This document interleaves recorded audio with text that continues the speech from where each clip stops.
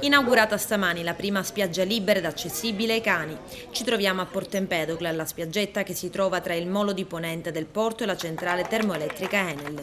Questa è la prima spiaggia in Sicilia accessibile agli amici animali, una realtà resa possibile grazie ad un'ordinanza del comandante della Capitaneria Massimo Di Marco e alla disponibilità del commissario straordinario del comune di Porto Empedocle, Antonina Bonsignore. Devo dire che vedere già i primi nostri amici fare il bagno, possibilmente, ecco, c'è qualcuno, se vedete, già in acqua, e senza dar fastidio comunque alla gente che in ogni caso non vuole questa commistione.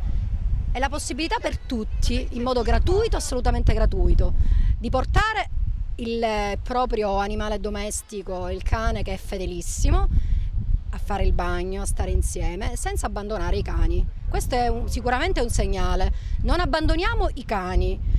Laddove il Porto Empedocle ha dato una possibilità che è anche provinciale, e noi speriamo che sia anche regionale, che sia aperta, diciamo, ad un turismo questa possibilità.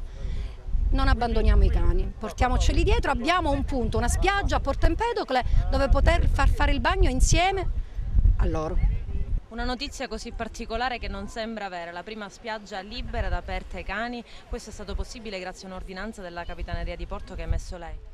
Sì, ma grazie anche alla sensibilità e alla disponibilità dell'amministrazione comunale, col suo commissario straordinario è qui presente oggi, che veramente si è messa a disposizione e ha fornito quel poco di attrezzatura, come vedete la recinzione che divide 2/3 di spiaggia per i bagnanti da 1/3 invece in cui l'accesso è consentito anche ai cani. E poi soprattutto la volontà di tanti cittadini, tanti turisti e delle associazioni animaliste per arrivare a un risultato bellissimo che oggi testimoniamo. Siamo tutti contentissimi di aver potuto offrire questo servizio alla città e al territorio.